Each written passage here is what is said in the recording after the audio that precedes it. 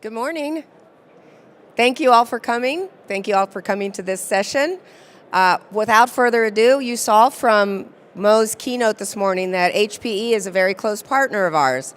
I'd like to invite Andrew McCullough, security consultant for HPE, to come up and present to you today. Thank you. Thanks, Andrew. Thank you. Appreciate the introduction.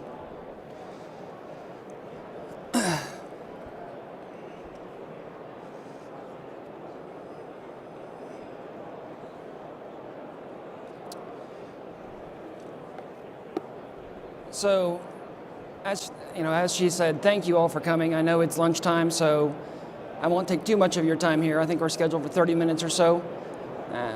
But I appreciate you coming, and I think we have an interesting topic to talk about today. Securely enabling the digital age. And what does that mean? So let's click through a little bit here. The digital age. We are moving from systems of record and systems of control to systems of engagement interaction. And what that means is systems of record, as most of you already know this, we're talking about systems like SAP, right? Systems that deal with records, HR, you name it, right? And we want to move away from that because how many people do you know who don't work in HR that use the HR system on a daily basis? I can tell you the answer is nearly zero. So what we want to do is move them towards a system of interaction. And in order to do that, we have to become more creative, right? And we have to enable that ability securely. In order to do that, a good example of an interactive record system would be Workday. Workday is an HR system that truly tries to engage the individual, somewhat like Facebook, right? To where you can pull information in, they can interact with it, massage it, view it, right? And it keeps them somewhat interested in data that's typically somewhat benign to the individual employee. So the digital age is moving away from these type of systems to systems of engagement interaction. And that's what today's generation desires. So, apologize. And then, in addition, one of the other things that's truly defining the digital age is we're able to now take bits and bytes, something that's virtual, that we can't see at the electron level, and turn it into something physical. So, to turn it into an actual atom. I know that in my lifetime I didn't believe this possible. I'd hoped, but the reality is 3D printing is probably the greatest example of this, right? And it's becoming prolific. And by the year 2025, it's actually expected to disrupt the market significantly. So we talk about 3D printing. We can take something that we visualized, design it on the computer, turn it from electrons, something in bits and bytes, into something physical. That's helping us define, the digital age and the age we live in today. 3D printers exist, and while they're extremely expensive at the moment, they are becoming somewhat prolific. And they're being used to design automotive parts now. You name it, right? I've heard that a gun's been printed that way. I think the sky is the limit, truly, when we talk about this, and that's just the beginning. But what's the point of this, right? The point is, going back to the systems, the interaction, right? We want everything now, and we want to be able to interact with it on our standards, on our time, and whether that's a good or a bad thing, because I have, conflicting views myself in that space, it's here, right? So we need to be able to do it securely, right? Because the consumer is king. And we as the consumer or the business, HPE for instance, who I work for, right? I need to be able to provide a service that caters to you, that you can interact with, and that is fast, reliable, and secure. And if I can do that, well, then I'm able to monetize that. Because now I have a secure working application, for instance, that you're going to purchase, or it's going to be utilized, or I can serve ads through. Going back just quickly to the user is king comment, so much so that Microsoft acquired LinkedIn for several $1 billion, let's just put it that way. And why did they acquire LinkedIn? It wasn't for the application. The application is a social professional networking tool. It's probably the best way to classify it. What they acquired was the user base, right? And the reason that they acquired LinkedIn was specifically, well, that's a bad term. I don't want to say specifically. They acquired it, one of the reasons was because they wanted to sell Office. They thought that, hey, that user base is a good example of who I can sell Microsoft Office to. So, again, it goes back to the user is king. If Microsoft's willing to pay several billion, I think it was something like 26 billion or more for LinkedIn, then it really goes to show you just how important those social interactions, the systems of engagement interaction truly are to the corporations and us as employees today. So by the year 2020, it's estimated that we will have a total of 7.6, actually, that's not true, it's actually 7.7, depending on who you talk to, right? But roughly 7.6 billion people in the world. And today, I think there's roughly 7 billion connected devices, a little bit less. But by the year 2020, they're estimating, especially with IoT, mobile devices, and the proliferation of those types of devices into third world countries even, that it will be 100 billion devices, roughly. Think about that. That's more than 10 devices per person, right? Because we're now bringing in systems that are manufacturing systems. We're bringing in, mobile devices. You name it. All of that's coming in and becoming part of the interconnected landscape, right? And what does that mean to us as security professionals, as IT professionals? What it means is that we have fully interconnected supply chains. Our supply chains no longer require a paper form to be sent from this vendor to that vendor in order for me to get a product to my customer. I can now, through secure channels, hopefully, interact with my supply chain and be able to quickly speed up that process, right? Save time, save money, because I'm not investing in those legacy processes, and be able to now get the client what they want in a much more, a much quicker manner. So it also means that our identities are the new perimeter, right?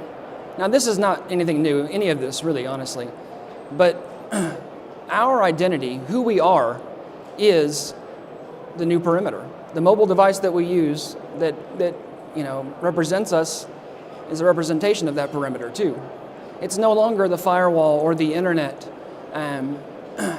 which most of us, who have been in the industry for a long time, that's where perimeter was always determined to be. And that has changed over time. When we talk about, mobile devices specifically, I can guarantee, and this is something that's been going on for many years too, that your employees or those who work around you are bringing in mobile devices of their own personal use, and they're putting company documents on those devices. And so our identities truly become that perimeter, right? They're what stops or allows access to what we have to offer and our confidential information.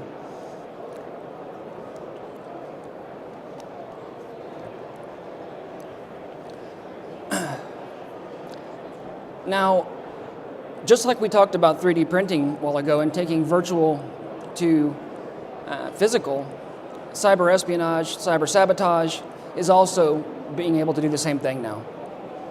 And as security professionals, you may have heard of several of these incidents that I'm going to quickly cover, but one of them is German steel mill. German steel mill was compromised. Industrial control systems were hacked because they were actually connected to the internet, which there's been a lot of interesting discussion over that fact, but it caused a meltdown on one of the on one of their systems, which caused massive damage to the plant. That's one example of taking something that's virtual and turning it into a physical hack that can cause physical losses and probably the most prolific and widespread example by far is a nation-state attack that was perpetrated against some Iranian nuclear facilities, aka Stuxnet, as most of you know about it. Again, taking something that was virtual, in this case, it's believed that they were infected, targeted a specific person. He took a USB drive, infected those systems because they weren't directly connected to the internet, but then were able to gain control and disrupt those facilities and set back their nuclear program. So cyber espionage, cyber attacks, cyber sabotage is becoming a real physical thing as well, right? And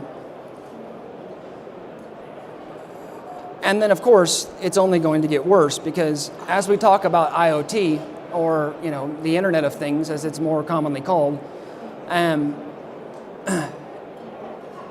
we're now connecting systems that were potentially never meant to be connected to the internet to an IoT device, giving it a specific set of instructions, a program, right, and allowing it to be connected.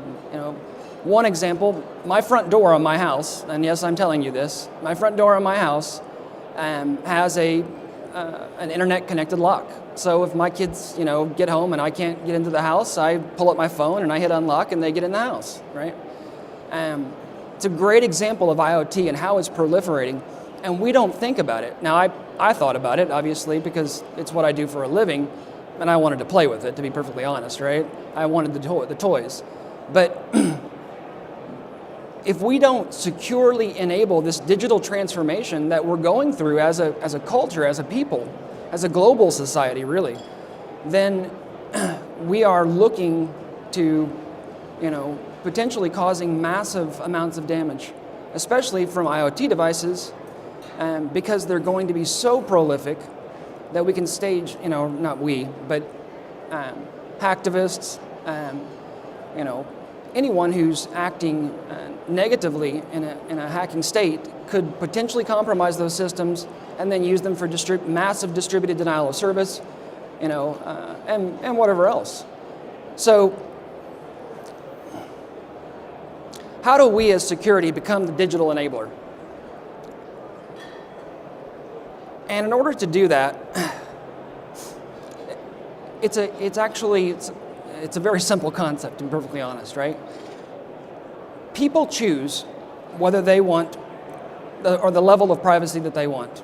Take their phone, for instance. If you got an Apple phone, for instance, you can put your credit card on your Apple phone. You can use Apple Pay. As a matter of fact, I'd be surprised if 50% of us here today don't use Apple Pay, right? And why? Because we trust that Apple has taken the necessary precautions because they are, they're into privacy rights. Take Apple versus FBI, right? They're standing up for our rights.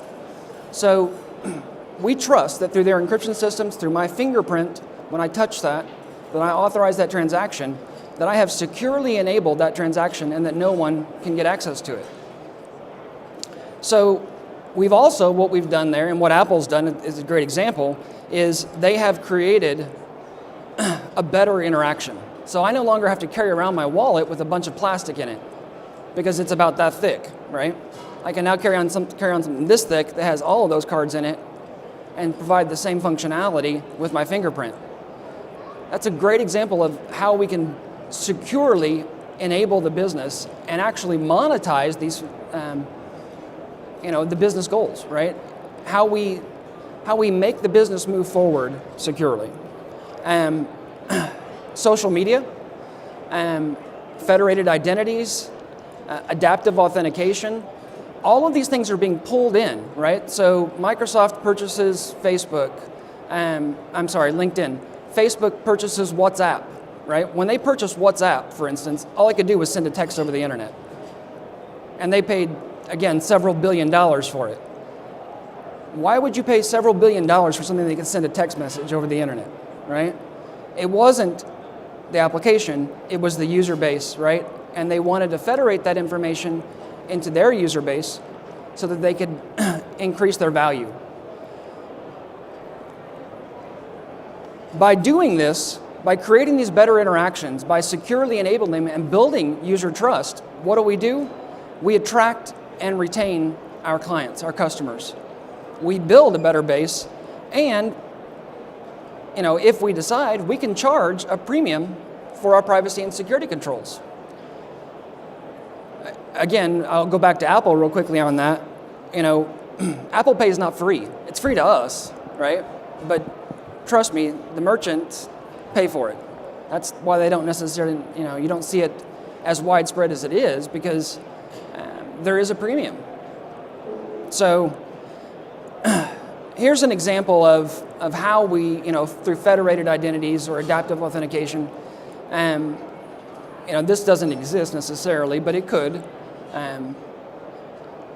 I send a tweet to my loyalty program through my credit card and say, hey, I didn't get my points for the purchase that I did last Wednesday. Can you credit my account? And through a simple tweet, through a federated identity, they have their application, their loyalty application, and my social media information, and I've linked them. I've chosen to do that, right? Not in reality, I'm just saying this theoretical. But through a simple tweet to their support desk, I'm able to get credited. And so they reply, apologies for the inconvenience. I've just credited the respective 325 points. It's as simple as that, right? But if it's not secure, then we failed, right? Another example, this one scares me, to be perfectly honest. But I like it because it does, it points out just how far some companies are willing to take this, right? And how much we have to get involved as security professionals. So, I just missed my flight. I tweet that to to American Airlines. Let's just say it's American. And they reply back, support person replies back, I just rebooked your flight, right? You're at this gate, it's departing at such time. And I reply, thanks, hey, and I go to my gate and I'm on my next flight. The interactions could be that simple, right? But if we don't securely enable them correctly, I do not want my flight information getting out, right? I do not want that type of information, my known traveler number, my credit card, etc., being accidentally leaked. So, there are two ways of thinking about today's digital enterprise. And that really comes down to the old way and kind of the new style of IT, right? The old way says, hey, my business, I'm going to try to make it impregnable, right? It will be, as much as possible, I'm not going to let anybody in, right? And most CEOs, CFOs, CTOs want to hear that, right? They want to hear we're safe. But the reality is that it's not realistic, and we all know that it's not realistic. We don't want to put a message of fear out there, but what we do want to accept and to change our messaging to be is that we have to assume that we are in a state of compromise, right? Or that compromise will come. And as such, we need to build digital resilience, right? We need to respond quicker.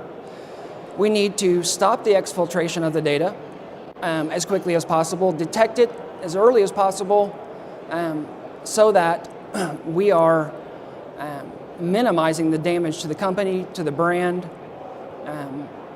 and obviously to the business. Security's messaging in the past has always been one of fear, doubt, uncertainty. The world's going to come to an end. It's the apocalypse, and it's a really bad message. It was there for a reason, right? Because we needed to gain some attention, to draw some attention to some really important topics. But you can't continue that. I can tell you, my CSO at a former company took that message to the board, and he walked out 2 hours later saying, they won't ever talk to me again. I'm not allowed to come back.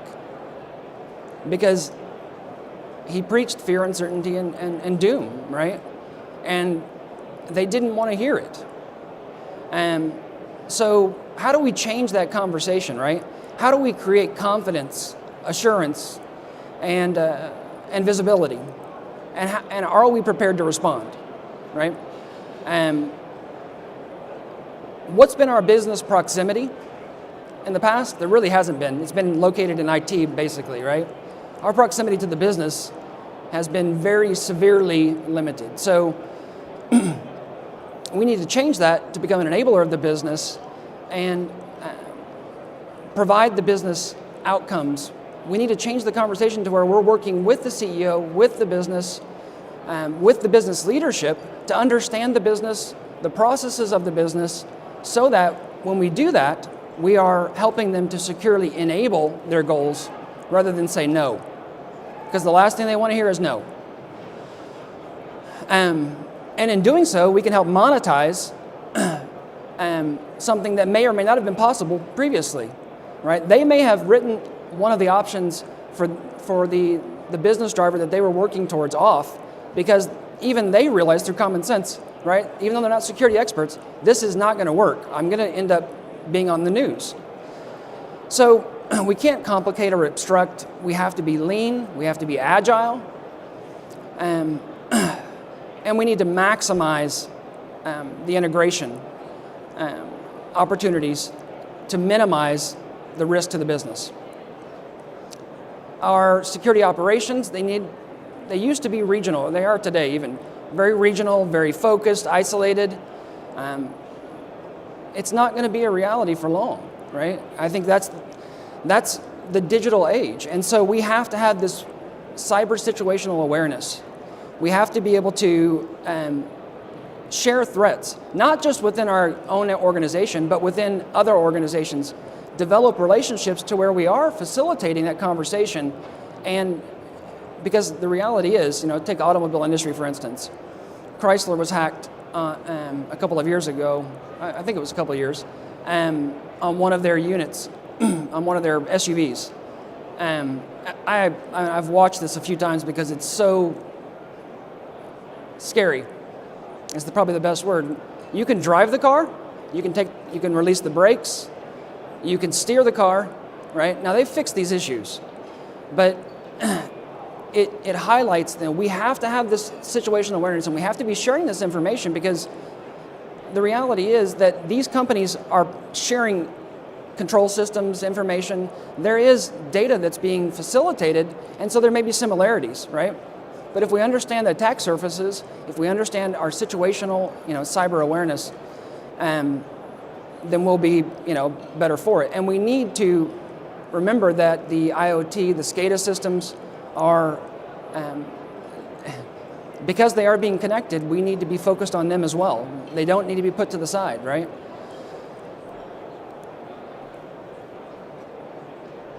So how do we achieve this?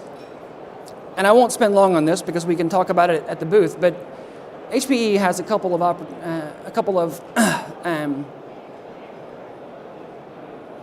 I hate to say the word opportunities, but engagements that we can do with you. That's probably the best word. One of those is the Cyber Maturity Review. Cyber Maturity Review allows us to come in with our one of our teams, and we will evaluate through interviews, through discussions, through policies, procedures, process, your entire business process as well as security posture. And then we will work with you to better understand how it works, and then to identify the gaps, identify the strengths, and then begin to rate you in a maturity. And it's a well-developed methodology that we've come up with. It's actually several, but what it will do is then we'll take that information, we'll help score it, and then compare you to peers in your industry if you like. It's optional, obviously, but it helps you understand where you sit, where others sit, what you need to do going forward, right? Because that's really what's critical. The goal of this is not just to say, hey, you're doing good here, you're doing bad here. It's to help you understand where you need to be. We have some of the best security people in the business, and I don't say that because I work for them. I work for them because of that. They will come in and literally work with you. The results are typically very, very eye-opening. We're able to see things that most people aren't, especially if you've never had this done. And then we'll provide you the deliverables like I talked about. Not only the scoring, we'll also help you understand, are you spending your security budget wisely? Do you need more funding? Do you need to spend less in a specific area? Firewalls, for instance, IPS. Should we be looking at more identity-based applications? Just an example based upon some of the content. One of the other things we'll do is we've developed what's called the cyber reference architecture. And this is and I'll skip through, I know some of you want to take a picture of this. So the cyber reference architecture, literally, from the very top, strategy, leadership, governance, risk and compliance, security resilient architecture, which is really where we're talking about today, right? We're going to come in with our consultants, work with you to understand, based upon the domains, subdomains, capabilities, our framework will help us build your architecture, your security infrastructure, help you again identify the gaps. But this one, cyber reference architecture takes it to a much deeper level. We're getting down to where you are, we're actually talking about devices, about regions and areas of your business, perimeter networks, mobile users. We're getting into the depth. We can go all the way from the absolute high level all the way down in various stages. It's a culmination of efforts. But, and you can see the domain: cyber defense blueprint, identity and access management, data protection and privacy, risk and compliance, and then multi-domain cloud security, which is obviously at the forefront of many people's minds today, because we're again bridging that gap between virtual and physical. So please, if you'd like to learn more about this, I am not the authority. We have the authorities in our booth, and we'd be more than happy to talk to you. And if you'd like to speak with me further, I'll be happy to stay a little bit afterwards and talk with you. Other than that, I think I'm good. So thank you all for coming. I really appreciate your time, and thank you.